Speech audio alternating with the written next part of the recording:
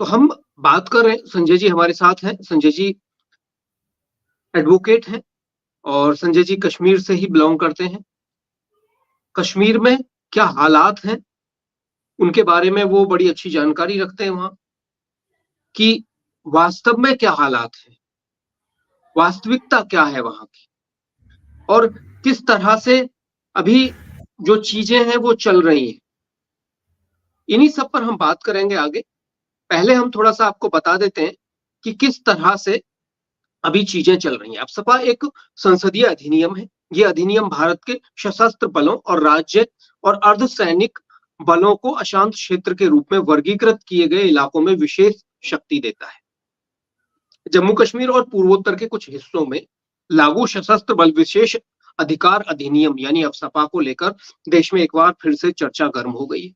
इसका मुख्य कारण देश के गृह मंत्री अमित शाह द्वारा किया गया दावा है कि केंद्र सरकार जम्मू कश्मीर से सेना वापस बुलाने और अफसपा को हटाने पर विचार करेगी। मंगलवार को एक इंटरव्यू हुआ जिसमें गृह मंत्री अमित शाह ने यह खुलासा किया। शाह ने कहा कि सरकार की योजना जम्मू कश्मीर से सैनिकों को वापस बुलाने और कानून व्यवस्था को जम्मू कश्मीर पुलिस के हवाले करने की है। तो आखिर अफसपा क्या है और इसे क्यों लागू किया जाता है, इसके तहत कौन से नियम जो वहां बने हुए होते हैं वो कौन से हैं और क्यों लागू किया जाता है।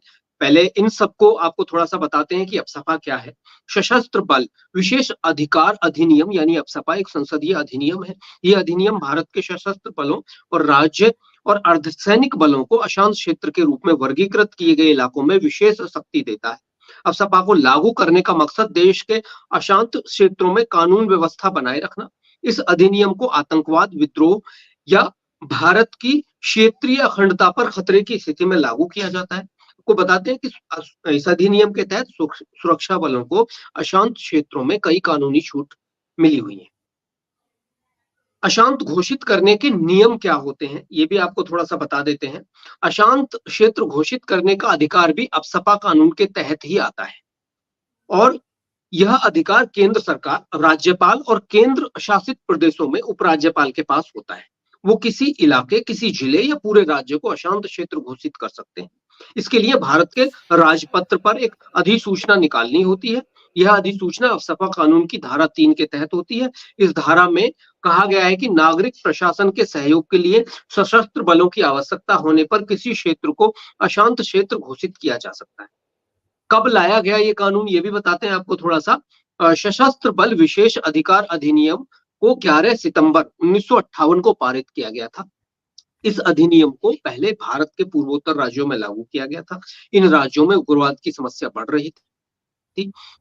इसके 1989 में जम्मू कश्मीर में आतंकवाद ने सिर उठाया, जिसके बाद यहाँ 1990 में अफसपा लागू कर दिया गया और समय समय पर इस कानून को लेकर काफी विरोध भी देखने को मिला बहुत सारे लोगों के तहत। अब सपा में सेना को क्या अधिकार मिले हुए होते हैं वो थोड़ा सा बताते हैं। अब सपा लागू होने की स्थिति में सेना कहीं भी 5 या 5 से अधिक लोगों के इकट्ठा होने पर रोक लगा सकती है। सेना के पास बिना वारंट के किसी को भी गिरफ्तार करने का अधिकार है। साथ ही चेतावनी का उल्लंघन करने पर गोली मारने तक का अधिकार सेना के पास होता है। सेना किसी के भी घर में बिना वारंट तलाशी ले सकती है। हालांकि अफसपा के तहत गिरफ्तार किए गए व्यक्ति को सेना को नजदीकी पुलिस स्टेशन को सौंपना जरूरी होता है। किसी की भी यदि गिरफ्तारी होती है तो कारण बताने के लिए एक विस्तृत रिपोर्ट भी देनी होती है। तो पूरी तरह से एक कानूनी प्रक्रिया है जिसके तहत ये चलना होता है। अभी जो हालात हैं, अभी कहाँ कहाँ क्या क्या हालात हैं उनको भी बताते हैं थोड़े थोड़े कि किस तरह से अभी चल रहा है। एक वक्त अफसपा पूर्वोत्तर भारत के असम, मणिपुर, त्रिपुरा, मेघालय, अरुणाचल प्रदेश, मिजोरम और नागालैंड में लागू था। साल 2015 में इसे त्रिपुरा से हटा लिया गया था। वहीं पूर्वोत्तर के विभिन्न राज्यों में धीरे धीरे इस कानून में ढील दी जा रही है। कई शहरों से अब आंशिक या पूरे तरीके से अफसपा को हटा लिया गया है। जम्मू कश्मीर में भी अभी अफसपा लागू है, लेकिन इस पर विचार करने की बात कही गई है। सरकार का दावा है कि पहले के मुकाबले अब जम्मू कश्मीर के हालात काफी बदल गए हैं। संजय जी, क्या वाकई हालात जम्मू कश्मीर के बदल गए हैं या फिर ये पॉलिटिकली बयान है? राजेश जी, पहले तो नेक्स्ट टू टीवी के जितने भी दर्शक हैं मैं उनको नमस्कार करता हूं। बड़ा सुंदर प्रश्न किया आपने और आसपा की जो डिफरेंट हमारे जो पहलू हैं उनके ऊपर भी आपने रोशनी डाली। ये एक्ट पार्लियामेंट ऑफ इंडिया में 10/9/1990, क्योंकि जब यहाँ पर जम्मू कश्मीर में armed rebellion against the government of India हुआ, स्टेट गवर्नमेंट के खिलाफ हुआ, तो 10/9/1990 को पास किया गया, लेकिन इसको 5 जुलाई 1990 से जम्मू कश्मीर में लागू किया गया, जिसमें सिविल एडमिनिस्ट्रेशन को एड करने के लिए security forces, armed forces, specially army और एयरफोर्स को एम्पावर किया गया, क्योंकि यहाँ पर नेवल ऐसा नहीं है, कुछ सिस्टम नेवी का सिस्टम नहीं है, तो इनको स्पेशल पावर दी गई है, जो पावर्स अदरवाइज पुलिस के पास ऑलरेडी होती है, जैसे गिरफ्तारी करना विदाउट वारंट, गिरफ्तारी करना, सीज करना, तलाशी करना, ये सभी पावरें ऑलरेडी पुलिस के पास होती हैं। लेकिन इन एडिशन, क्योंकि उस वक्त का जो रेबिलियन है, आर्म्ड फोर्सेस स्टेट के खिलाफ, देश के खिलाफ, टेररिज्म या देश की एकता, अखंडता, सब प्रभुता को नहीं मानना, या उसके अलावा नेशनल फ्लैग को जलाना, या सिसेशनिस्ट जो एक्टिविटीज, उस किस्म का माहौल यहाँ पर बनना, तो इसलिए जो हमारी सिक्योरिटी फोर्सेस, स्टेट की सिक्योरिटी फोर्सेस होती हैं, पुलिस वगैरह, उनको एड करने के लिए आसपा लाया जाता है, ताकि आर्मी के पर्सनल्स, सेंट्रल गवर्नमेंट की फोर्सेस जो हैं, वो जो हैं स्पेशली आर्म्ड फोर्सेस, वो इनको असिस्ट कर सके। और जब तक उनको स्पेशली आप एम्पावर नहीं करेंगे, सेक्शन 4 के तहत जब तक उनको स्पेशल पावर्स नहीं आप देंगे कि commissioned officers, non commissioned officers या ऑर्डिनरी जो आर्मी के सोल्जर हैं, जब तक वो तलाशी नहीं ले सकते हैं, सर्च नहीं कर सकते हैं, सीजर नहीं कर सकते हैं, जो डंप्स हैं आर्म्स के, या इनको डिस्ट्रॉय नहीं कर सकते हैं, सस्पेक्ट को पकड़ नहीं सकते हैं, तो मेरा ख्याल सिक्योरिटी आर्म फोर्सेस के लिए फंक्शन करना बहुत मुश्किल होता है। और इसी दौरान में कोलेटरल डैमेज भी हो सकता है, और इसी दौरान में सस्पेक्ट को गोली भी मार जा सकती है। लेकिन अगर आर्म्ड फोर्सेस को सेक्शन 7 के तहत अगर आप प्रोटेक्शन नहीं देंगे, उनके खिलाफ जो कोर्ट में जो क्रिमिनल केसेस होते हैं या सिविल केसेस, लिटिगेशन, उनकी प्रोटेक्शन नहीं देंगे, इम्प्यूनिटी नहीं देंगे, तो they won't be able to function in such situations. Now the question is, अब जो आपने क्वेश्चन पैदा किए इस वक्त, क्वेश्चन किया कि क्या जम्मू कश्मीर में ऐसे हालात बन गए हैं कि जहां से अब ऑनरेबल होम मिनिस्टर साहब ने, गृह मंत्री ने एक बयान दिया है कि यहां से हमें we will thin the army, हम आर्मी को यहां से निकालेंगे, आसपा को भी खत्म करने की जो बात कर रहे हैं। राजेश जी, मैं कुछ प्रश्न, मैं उनका जवाब देने से पहले कुछ प्रश्न मैं उठाना चाहता हूं। मैं आदरणीय गृह मंत्री जी से और हमारे नेशनल सिक्योरिटी एडवाइजर जो है हमारे डोवाल साहब, उनसे कुछ प्रश्न पूछना चाहता हूं मैं। वो प्रश्न मैंने बनाए हुए हैं। पहला प्रश्न है, क्या जम्मू कश्मीर में सिचुएशन नॉर्मल हो गई है? एक। दूसरा प्रश्न है मेरा, क्या मिलिटेंसी यहां पर पूरी तरह से सीज हो चुकी है? तीसरा प्रश्न है मेरा, क्या इंसर्जेंसी जो इन्फिल्ट्रेशन है वो खत्म हो गई है? चौथा प्रश्न है मेरा, क्या नॉर्मलसी आपके आ रही है? जो डेमोग्राफिक इन्वेजन यहां पर जो इस्लामिक आतंकवादियों ने डेमोग्राफिक इन्वेजन किया है जम्मू कश्मीर की, मतलब डेमोग्राफी बदल दी है, क्या कश्मीरी पंडित जो 34 साल पहले अपने घर से निकाले गए हैं, क्या वो वापस गए हैं? क्या वो वापस गए हैं? अच्छा, उसके बाद पांचवा क्वेश्चन है, क्या सिविलियंस और आर्म फोर्सेस की किलिंग बंद हो गई है? छठा क्वेश्चन है मेरा, क्या जो लोग जिहाद प्रीच करते हैं मदरसों से या मस्जिदों से या खुलेआम जो जिहाद प्रीच करते हैं, क्या वो बिहाइंड द बार्स हैं? क्या जिहाद का जो इनका सिलेबस है, जो इनकी होली किताब बुक्स में है, क्या उसको बदला गया? क्या उसको काउंटर करने के लिए हमने कोई काउंटर स्ट्रेटजी बनाई है? अब क्या अभी तक जो कश्मीर जो है ग्लोबल जिहादियों के एजेंडे पर है? क्या जो ये कश्मीर का जो इशू है, ये सिर्फ पाकिस्तान से जो स्पॉन्सरशिप है मिलिटेंसी की, एडिंग, अबेटिंग, स्पॉन्सरिंग और उसके अलावा लॉजिस्टिक प्रोवाइड, क्या ये पाकिस्तान पर कन्फाइंड है या कश्मीर में जो मिलिटेंसी ऑपरेट हो रही है वो ग्लोबल जिहाद का हिस्सा है? क्या उसमें कोई कमी आई है? उसके बाद क्या टारगेट किलिंग बंद हो गई है? उसके अलावा क्या हिंदूज जो वहां पर रह रहे हैं क्या वह सिक्योर हैं इस वातावरण में? उसके अलावा मैं क्या अभी तक जो पाकिस्तान, चाइना, ओआईसी, ये जितनी कंट्रीज हैं, क्या उन्होंने कश्मीर का राग अलाप करना बंद कर दिया है? उनने बंद कर दिया है। उसके अलावा जो अमेरिकन, यूरोपियंस, यूके के पीपल अभी भी कश्मीर के इश्यू को टाइम एंड अगेन रैकअप करते हैं। अभी अमेरिकन कॉन्सुलेट्स में, दिल्ली में, अभी अमेरिकन जो इनका एम्बेसडर है उसने तमाम जितने जिहादी हैं कश्मीर से, जितने भी सिसेशनिस्ट से वहां पर बुलाए हैं in the name of human rights violation. Yes. क्या इन चीजों पर हमने काबू पाया है? उसके अलावा मुझे एक चीज बताएं, ये जितने मैंने क्वेश्चन आपसे पुट अप किए हैं, तो यदि आप मेरा प्रश्न, मेरा आंसर सुनेंगे तो मैं कहूंगा it is a big no, it is a big no. We are yet to bring Kashmir to a normal situation, we are yet to get it out of the clutches of the global jihadis. वो syllabus चल रहा है, जिहादी मानसिकता जो बनाई जा रही है वो लगातार पनप रही है। ठीक है, फॉर द टाइम बीइंग आप क्या किया है कि आप 2019 के बाद थोड़ी सी देर is bit improvement because of the J&K has already gone to, it has become a UT, तो उसका थोड़ा सा इंपैक्ट है। लेकिन 2019 के बाद आप देखें regular target killings of Hindus हुई हैं, हिंदू लेबरर्स की हुई हैं, कश्मीरी पंडित्स की हुई हैं, हिंदू पंजाबीज की हुई हैं, टारगेट किलिंग हुई हैं। मोड ऑफ जो एक ऑपरेशन था उनका वो डिफरेंट हुआ है। उसके अलावा आर्म फोर्सेस आप देखें, अभी पिछले दिनों यहां पर हमारे यहां पर देरा की गली में कैसे मारे गए फोर्सेस, बीजी में लगातार फोर्सेस के जवान मारे जा रहे हैं, कैसे गाड़ी जलाई गई है, यहां पर कैसे किलिंग्स की गई हैं। तो मेरा कहने का मतलब है जब हम इस परिप्रेक्ष्य में देखते हैं तो हमें सिक्योरिटी ग्रिड को, आर्म्ड फोर्सेस को ग्लोबल जिहाद के अगेंस्ट खड़ा करना है, तैयार करना,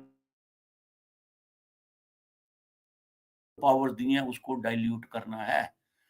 ये तो अभी यूटी गवर्नमेंट के अंदर है, कल पॉलिटिकल सेटअप अंदर आ गया। कल पॉलिटिकल सेटअप जब आएगा, आपने देखा होगा कि महबूबा मुफ्ती जब चीफ मिनिस्टर थी तो एक कार वाले ने श्रीनगर मेन चौक से आर्म फोर्सेस के फौजी एक ने गाड़ी को, जो संतरी था, उसने इशारा किया रोको, वो नहीं रुका तो he fight and that man was killed.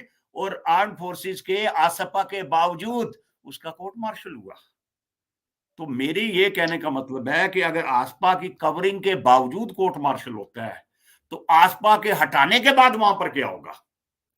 क्या बिल्कुल। हमारी हमारी जो पुलिस है इतनी सशक्त है होम मिनिस्टर साहब कि वो जिस ग्लोबल जिहाद के खिलाफ अकेली लड़ सकती है? तो मेरा जो 34 साल का एक्सपीरियंस है, जो हमने मिलिटेंसी को आंखों से देखा है, इसको पनपते देखा है, इसको बढ़ते देखता है, मास किलिंग्स करते देखा है, आर्म्ड फोर्सेस के खिलाफ झूठे केस दायर होते देखा है, फौजियों को, कईयों को कोर्ट मार्शल होते हुए देखा है, झूठे आरोपों में उनको लिप्त करते हुए अवाम को देखा है, पॉलिटिशियंस को फोर्सेस के खिलाफ, स्पेशली आर्मी के खिलाफ बोलते हुए देखा है। तो मेरा ख्याल है, जो मैं एक ग्राउंड लेवल पर बैठा हूं, अभी वैसे हालात नहीं है, क्योंकि कश्मीर जो है वो ग्लोबल जिहाद का एक एक्सपेरिमेंट है कि यदि कश्मीर से हम आर्म्ड फोर्सेस को बाहर निकालने में सफल हो गए, कश्मीर में डेमोग्राफिक इन्वेजन करके कश्मीरी पंडितों, हिंदुओं को बाहर निकालने में सफल हो गए, तो ये गजवे हिंद की शुरुआत है। जो गजवे हिंद, जो इनकी टेक्स्ट में लिखा गया है, इनको जिहाद के लिए भड़काता है कि गजवे हिंद होगा। बंगाल की हालत में देखें आप, केरला की हालत देखें, पंजाब के बॉर्डर पर आप हालात देखें, अभी आप देखें तेलंगाना में क्या हो रहा है, कर्नाटका में क्या हो रहा है, बिहार में आपके क्या हो रहा है। तो मेरा कहने का अर्थ है कि ये ग्लोबल जहाज है। माननीय गृह बिल्कुल मंत्री बिल्कुल जी, संजय जी, एक और तो बड़ा सवाल आ रहा है कि जो वहां हिंदू आबादी है और मुस्लिम आबादी है, उसको जी लेकर बहुत ज्यादा क्या ऐसा माहौल वहां पनप गया है कि वहां हिंदू जो आ गए वहां, उनका तो अभी बसाने का कोई मतलब ही नहीं बन रहा है, अभी तो कुछ दिख ही नहीं रहा है। बिल्कुल लेकिन जो वहां बिल्कुल हैं, क्या वो सुरक्षित लग रहे हैं आपको? आप सुरक्षित हैं वहां? बिल्कुल नहीं है, बिल्कुल सुरक्षा नहीं है। वो एक they live under A terror, एक साए में, एक डर के साए में वो जिंदा रह रहे हैं। क्या वो खुले तौर पर अपने आप को एक्सप्रेस कर पाते हैं उस वातावरण में? अब तो जो नई नस्ल 34 वर्षों से आ गई है, उनको तो कंपोजिट कल्चर का कंसेप्ट ही नहीं है कि यहाँ पर कभी हिंदू भी रहते थे। ये कंसेप्ट ही नहीं है। और मैं आपको एक चीज बताऊं सर, कि अगर हमने armed forces special power act वहां से हटाया और हमने वही गलती की जैसे महबूबा जी के कहने पर हमने क्या किया था, रमजान के महीने में वहां पर यूनिलेटरल सीज फायर कर दिया था, मुफ्ती साहब के कहने पर वाजपेयी जी ने किया था, बाद में महबूबा। उससे क्या हुआ? We give breathing space to these terrorist. इन लोगों को, एक्सट्रीमिस्ट को हम एक ब्रीदिंग स्पेस देते हैं, वो रिकंसोलिडेट करते हैं, दे रिवाइव देयर एक्टिविटी और दे रिवाइव देयर स्ट्रेटजी। तो ये जो मेन स्ट्रीम पॉलिटिशियंस हैं, इनका कहने का भाव यही होता है कि भाई जब भी आर्मी आर्म्ड फोर्सेस का प्रेशर पड़ता है उनके ऊपर, तो ये क्या करते हैं, उस वक्त क्या करते हैं कि नहीं जी, आज रमजान का महीना है, आज फलानी चीज है, आज फलानी चीज है, कोई बहानेबाजी कर कर क्या करते हैं, सिक्योरिटी फोर्सेस के ऑपरेशन को रुकवा देते हैं। जिससे क्या होता है, ब्रीदिंग स्पेस मिलती है, रिकंसोलिडेशन होती है, और उसके बाद हमें उसका नतीजा क्या मिलता है? देरा गली का हादसा, बिम्बर गली का हादसा, रजौरी का हादसा, और कश्मीर में जो बड़े बड़े, जहां पर हमारे आर्म फोर्सेस, जैसे हमारे वो आर्मी का एक कर्नल मारा गया, पुलिस का एक एसपी मारा गया अनंतनाग में, वो जो खुद सर्च के लिए गया, क्या मिलिटेंसी खत्म हो गई है? They have become more sophisticated. और ये मिलिटेंसी पाकिस्तान तक कन्फाइंड नहीं है। जम्मू कश्मीर की जो मिलिटेंसी है, हम इसी चीज को गलत गलत ले रहे हैं। It is not confined to, क्या पाकिस्तान का दिवालिया होने के बावजूद भी क्या मिलिटेंसी में कमी आई है? No doubt there is big decline. क्या माइंडसेट में कमी आई है? क्या माइंडसेट पाकिस्तान में के कमी प्राइम है, मिनिस्टर? बिल्कुल बिल्कुल। बिल्कुल नहीं आई है। तो मेरा ख्याल है कि गवर्नमेंट ऑफ इंडिया को, अच्छा संजय जी, आपको क्या लगता है कि देखिए, ये जो विपक्षी लोग हैं, खास करके जो जम्मू कश्मीर को भारत का अभिन्न हिस्सा नहीं मानते हैं, वो लोग अफसपा का लगातार विरोध करते रहे हैं। क्या उनको साधने के लिए गृह मंत्री साहब ने ऐसा बयान दिया है? देखिए गृह मंत्री साहब ने, मेरा ख्याल है ये it is a political statement. क्योंकि मुझे हम्म। अभी भी याद है कि जब बीजेपी अपोजिशन में थी, मुफ्ती सैयद साहब ने भी ये इशू उठाया था उस वक्त के, आसपा हटाना चाहिए। लेकिन हम लोगों ने उनसे कहा था जी आसपा तो हट जाएगा, पहले आप डिस्टर्ब्ड एरिया जो एक्ट है वो हटाएं। फर्स्ट रिक्विजिशन क्या है इसमें? Disturbed area act of the state का जो है वो हटना है।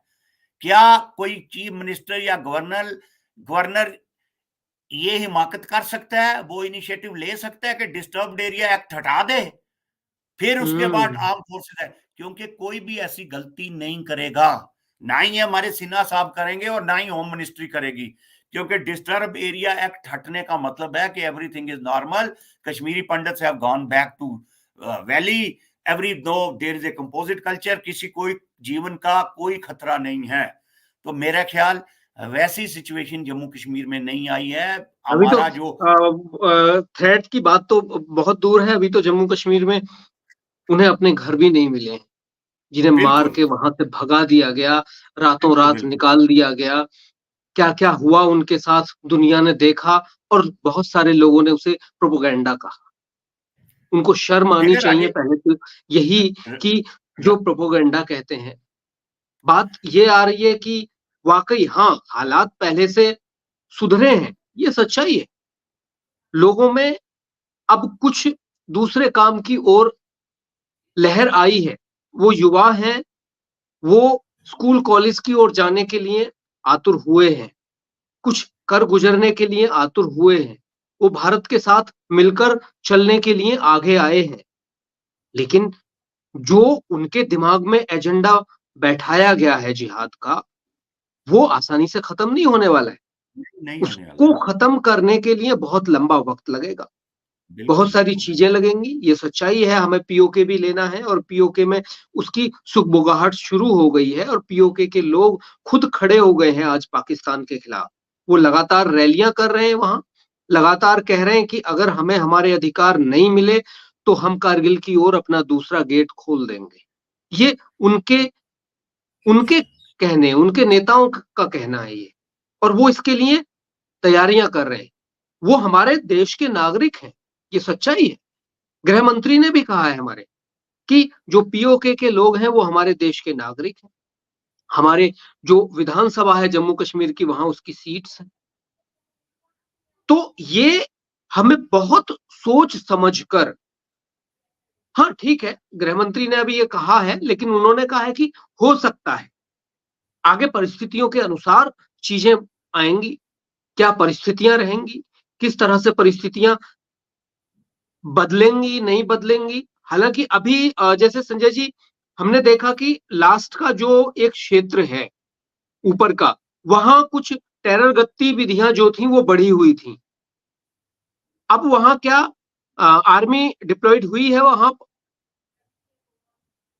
देखें देखें राजेश जी, अ, जम्मू कश्मीर हमारी एक स्ट्रेटेजिक स्टेट है। स्ट्रेटजी पॉइंट ऑफ व्यू से, इसकी सामरिक दृष्टि से अगर देखा जाए तो जम्मू कश्मीर की एक बहुत बड़ी इंपॉर्टेंस है। यहाँ से फोर्सेस का थिनिंग करना, कम करना, निकालना जो है, मेरा ख्याल वो एक स्ट्रेटेजिक ब्लंडर होगी, बहुत बड़ी ब्लंडर होगी। देखें, आप चले जाएं लद्दाख की तरफ, लद्दाख के साथ हमारा जो साइचीन की जो सबसे बड़ी चोटी है, पाकिस्तान के साथ बॉर्डर पड़ता है, वो है। उसके बाद आप देख लें, अपार्ट फ्रॉम पाकिस्तान, चाइना हमारे सर पर वहां पर बैठा हुआ है, एक्साई चीन। उसके साथ देखें, आगे सिल्क रोड आगे जाती है तो अफगानिस्तान बैठा हुआ है, साथ में आगे रशिया है। तो इसकी एक सामरिक दृष्टि से एक बहुत बड़ी अहमियत है। गिलगित है, बाल्टिस्तान है, इसकी एक बहुत बड़ी सामरिक जो है दृष्टि से इसकी एक इंपॉर्टेंस है। तो जम्मू कश्मीर में से अगर इस किस्म का डिसीजन लिया जाए कि आर्म फोर्सेस को वहां से निकाला जाए, और जो इस हमारी जो दृष्टिकोण है, स्ट्रेटेजिक दृष्टिकोण है, उसको ओवरलुक किया जाए, तो एक वो एक स्ट्रेटेजिक ब्लंडर होगी कि जम्मू को कश्मीर जो है, it will be A gateway for India. यहां से अगर फोर्सेस हटती हैं तो इन्वेजन में, चाइना और पाकिस्तान की इन्वेजन में कोई देरी नहीं लगेगी। तो बिल्कुल मेरा बिल्कुल सर, ख्याल है, बिल्कुल, क्योंकि वहां हमने रसद सामग्री उनके लिए अभी मौजूद हमने है। राजेश जी, अभी हमने थिनिंग की थी थोड़ी सी, यहां से रजौरी और पुंछ से फोर्सेस निकाली थी, चाइना बॉर्डर पर ले गए थे। उसका नतीजा आप देख रहे हैं कि Pir Panjal is infested with militancy, और यहां पर कितनी ऑकरेंस हुई। वो किस कारण हुई? क्योंकि हमने जो यहां पर फोर्सेस थी उनको निकाला। तो मेरा ख्याल है गृह मंत्री जी इस चीज को पर एनएसए जी 1000 बार सोचेंगे, उसके बाद इस किस्म का डिसीजन लेंगे। आप कह रहे हैं पीओके की लेने की बात कर रहे हैं, वो अच्छी बात है, वो भी हमारा हिस्सा है। लेकिन क्या हम कश्मीरी पंडित जो 5 लाख जो यहां पर रहे, भारत के सिटीजन हैं, उनको वापस भेज चुके हैं? क्या उनको वापस किया? और 50 लाख लोग और यहां पर लाएंगे, जो बचे हुए जम्मू के निवासी हैं उनको भी आप निकलवाएंगे यहां से? क्योंकि हमारे जो शांति दूतों का कल्चर है, उसमें लिव एंड लेट लिव का कोई कंसेप्ट नहीं है, कंपोजिट कल्चर का कोई कंसेप्ट नहीं है। और after the demographic invasion of Kashmir, ये एक स्ट्रेटजी, ग्लोबल जिहादियों की एक स्ट्रेटजी है to over of the citizen of the India, जहां वेर एवर जैसे जैसे उनकी थोड़ी सी मेजॉरिटी होती है, वहां से हिंदू लोगों का पलायन हो जाता है। क्योंकि उनकी मानसिकता क्रिमिनल मानसिकता है, इस किस्म की मानसिकता है कि उनके साथ जो अब किसी भी शरीफ आदमी का, किसी भी शरीफ कौम का, किसी भी ऐसी कौम का जो लिव एंड लेट लिव में यकीन करती हो, उनके साथ रहना जो है असंभव हो गया है। क्योंकि जब इस किस्म के लोग वहां पर कश्मीर से निकल गए हैं, जो सदियों के रहने वाले लोग हैं, नेटिव लोग हैं कश्मीर के, अगर वो नहीं गए हैं वापस, तो मेरा ख्याल है कि जम्मू कश्मीर का जो उस तरफ का एरिया है POJK का, उसको वापस लाना जो है मेरा ख्याल है अभी जो है वो उसका समय नहीं आया, क्योंकि पहले हमने अपने घर को दुरुस्त करना है, उसके बाद इन चीजों पर। और मेरी जो अपनी राय है कि हमें अपनी आर्म्ड फोर्सेस को उनको स्ट्रेंथ देनी है, उनकी जो ऑलरेडी स्ट्रेंथ मिली है उसको डाइल्यूट नहीं करना है। अदरवाइज ऐसे हालातों में अगर आर्म्ड फोर्सेस को हमने अगर उनकी पावर्स को डाइल्यूट किया, अगर उनको एक्ट करने में हमने दुश्वारियां लाई, तो मेरा ख्याल है कि हमें अपने देश की एकता, अखंडता और इसकी सॉवरेनिटी को मेंटेन करने में बहुत मुश्किल आएगी। मुझे पूरी आशा है कि आपके चैनल के माध्यम से माननीय गृह मंत्री जी, माननीय हमारे जो नेशनल सिक्योरिटी एडवाइजर हैं अजीत डोवाल जी, वो इस पर गौर करेंगे और सोचेंगे कि भाई अभी वैसा वक्त नहीं आया है, क्योंकि कोई भी चीज परमानेंट नहीं होती है। लेकिन सामरिक दृष्टि से जम्मू कश्मीर से फोर्सेस को हटाना और आसपा को डाइल्यूट करना जो है वो स्ट्रेटेजिक ब्लंडर होगा, और उसके लिए रिस्पॉन्सिबल जो है वो सरकार होगी।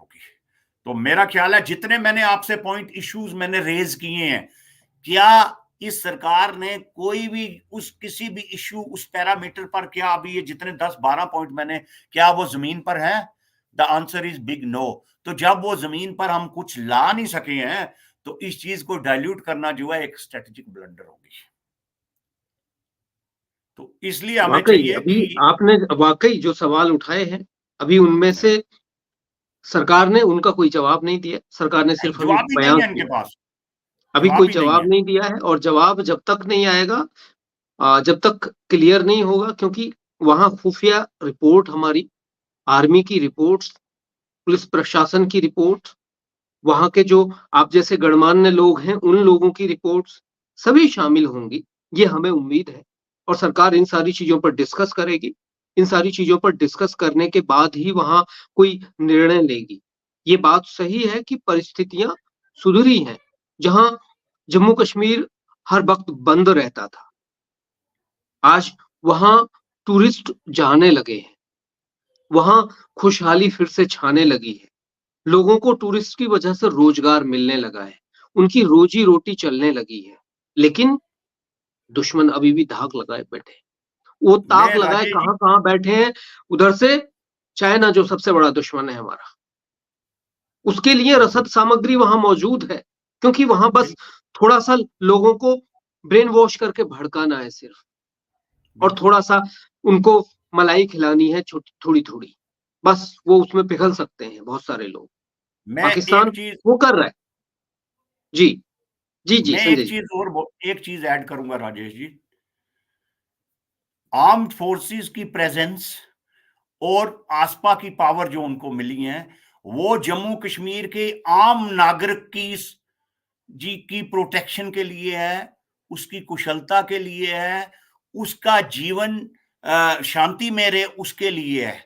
लेकिन ये जो पॉलिटिकल स्पेक्ट्रम है यहाँ की जम्मू कश्मीर की, खुसूसी तौर पर वैली और मुस्लिम बेस्ड जो कलर्जी है, और जो उनकी पॉलिटिकल पार्टीज हैं, और जो उनके मेंटर्स हैं अक्रॉस द बॉर्डर, उनको सूट नहीं करता है।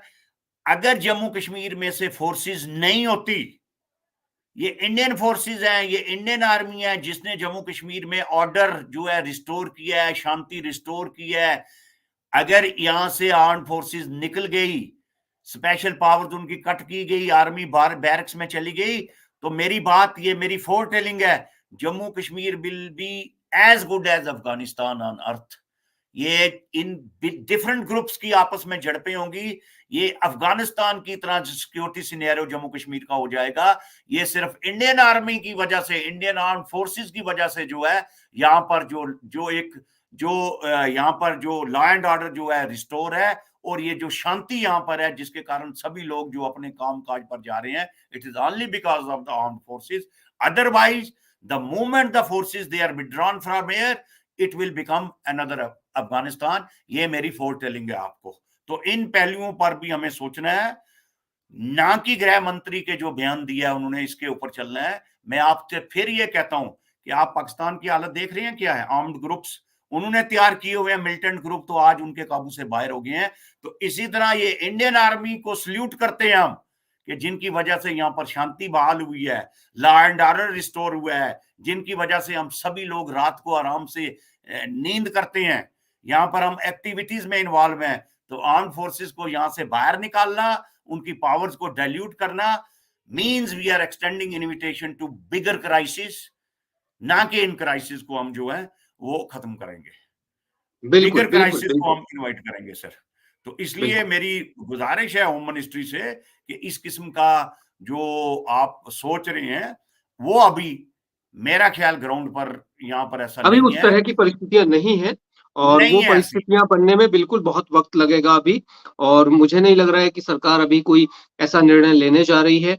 अभी चर्चाएं हैं, चर्चाएं चलनी चाहिए, ये भी सच्चाई है। चर्चाएं होनी बिल्कुल चाहिए हर चीज पर, क्योंकि एक लोकतंत्र है भारत, और भारत में सभी चर्चाओं को जगह दी जाती है। लेकिन ऐसी चर्चाओं को जगह नहीं दी जानी चाहिए जो देश को तोड़ने की बात करती बिल्कुल हो। बिल्कुल बिल्कुल बिल्कुल ऐसी बिल्कुल। चर्चाओं को उनकी अभिव्यक्ति की आजादी के नाम पर जगह नहीं दी जा सकती, जो देश की संप्रभुता के खिलाफ हो। तो बिल्कुल ये बिल्कुल हमें सबको बिल्कुल। सोचना होगा। तो दोस्तों, आज आप सब हमारे साथ जुड़े, संजय जी आप हमारे साथ जुड़े, आपका भी बहुत बहुत धन्यवाद। तो आज के लिए इतना ही। नमस्कार, जय हिंद। नमस्कार, जय हिंद।